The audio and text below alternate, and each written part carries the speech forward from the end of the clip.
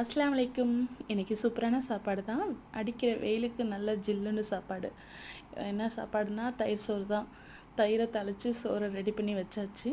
அதோட காம்பினேஷனுக்கு கரெக்டாக இருக்கும் அப்படின்னா உருளைக்கிழங்கு வாழைக்காய் வறுவல். சேம் டேஸ்ட்டு தான் ரெண்டுமே. அதை எங்கள் வீட்டில் ஆல்ரெடி வாழைக்காய் வாங்கி 2 நாளாக இருந்துச்சு. சரி இதை இன்றைக்கி வறுத்துடலாம் அப்படின்னு சொல்லிட்டு தோலை சீச்சிட்டு ரவுண்டாக கட் பண்ணி வாஷ் பண்ணிவிட்டு நல்லா தண்ணி இல்லாமல் வடிகட்டிட்டு உப்பை போட்டு நல்லா ஒரு பிரட்டியாச்சு. பிரட்டிட்டு ஒரு 1/2 ஸ்பூன் அளவுக்கு இஞ்சி பூண்டு பேஸ்ட்டு, குழம்புக்குன்னு அரைச்சி வச்சுருக்கக்கூடிய அந்த மசாலா பொடியில் 1 ஸ்பூனு, தனி மிளகாத்தூளில் 1 ஸ்பூனு, இது எல்லாத்தையும் போட்டு நல்லா ஒரு பிரட்டிட்டு ஒரு 2 நிமிஷம் அப்படியே ஊற விட்டாச்சு. அதை ஊற விட்டுட்டு எந்த வீர சட்டி வச்சு அதில் எண்ணெயை ஊற்றியாச்சு. எண்ணெயை ஊற்றிட்டு நான் கொஞ்சோண்டு ஒரு வாழைக்காய் இருக்கிற அளவுக்கு எடுத்து வச்சுட்டு மிச்சம் எல்லாத்தையுமே அதில் கொட்டி நல்லா வறுத்துட்டேன்.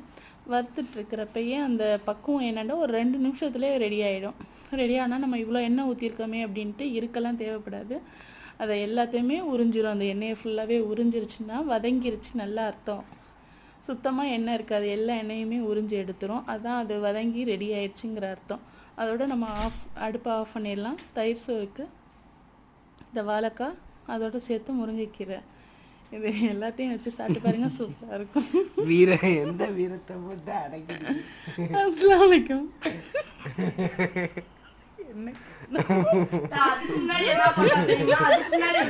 என்ன